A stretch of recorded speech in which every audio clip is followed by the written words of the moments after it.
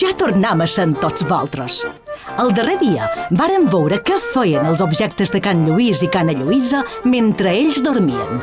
L'aspiradora, la ràdio i l'ambientador s'enfrontaven amb les sabates esportives i les botes de sola gruixuda per la mala olor que aquestes desprenien. Els estris de la cuina s'endugueren un bon ensurt quan na Lluïsa va baixar mitja dormida a menjar un bocí de xocolata. I abans que el despertador sonàs, tots els objectes ja eren al seu lloc i començava un nou dia.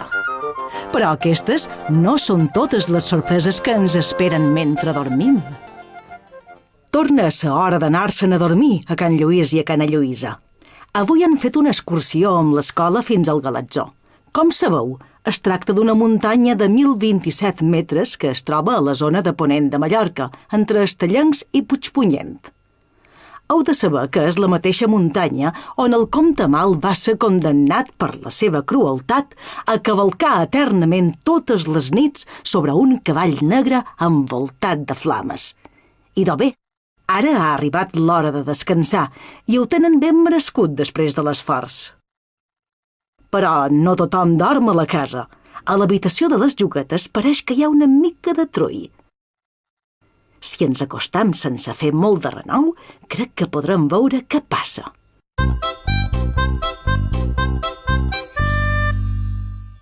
Davall d'un munt de pepos de pedaç pareix que hi ha qualcú que es mou. Se sent un gemec i a poc treu el cap n'Àngel, també conegut amb el nom de Guerrer. Bufa amb esforç. Es lleva un onso de pedaç de davant d'una manotada. Ei, tu! Qui t'has cregut que ets, Petzol? Baldat, estic baldat.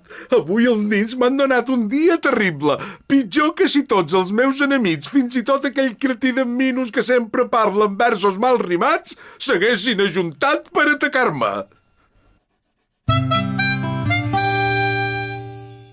Quan el guerrer intenta caminar, es mareja i cau de cul damunt d'un saltamartí que representa un bomber i que li fica la mànega de l'aigua dins d'un ull. Ai!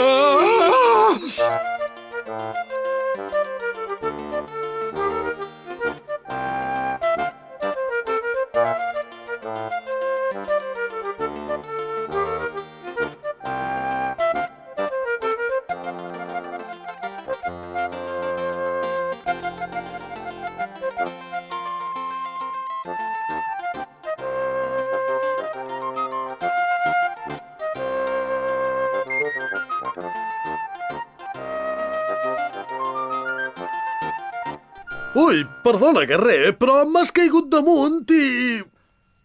Tranquil, home, tranquil, però avui ja no tenc forces per reaccionar. M'han tuit el Galatzó, m'han enterrat fins al coll, m'han fet rodolar per la falda de la muntanya, he servit de diana mentre em tiraven pedres i 1000 barrabassades més que ja no record.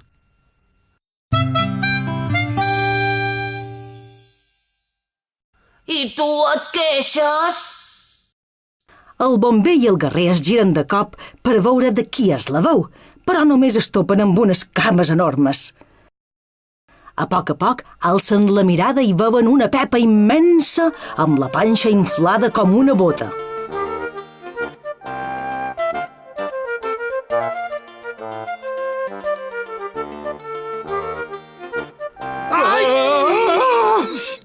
Els cavalls del guerrer i del bomber es posen drets i parteixen a tota velocitat per amagar-se dins d'un castell. Els ocupants del castell aixequen el pont llevadís mentre criden. Alerta! Alerta!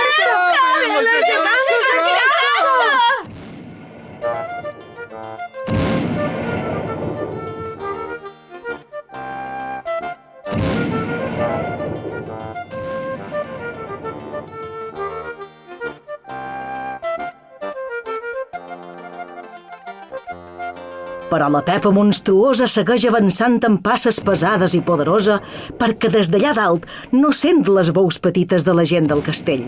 I segueix avançant i parlant amb una veu que ressona per tota l'habitació. Na Lluïsa també ha decidit dur-me fins al galatzó i no ha tingut cap altra idea que donar-me de menjar totes les plantes que han trobat. Tinc la panxa plena de ginebró, estapajoana, romaní, socarrell i càrrig. I no sé, també duc una marejada que vaig com si caminàs a 2 pams damunt terra.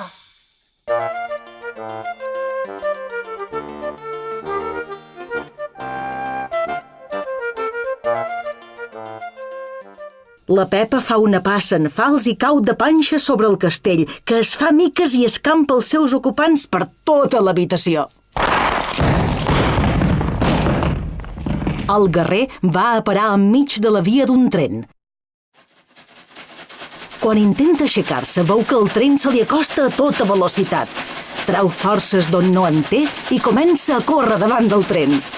Que mates me valguen! Que mates me valguen! És l'única cosa que pot dir el pobre guerrer, que comprova que el seu dia d'acció encara no ha acabat.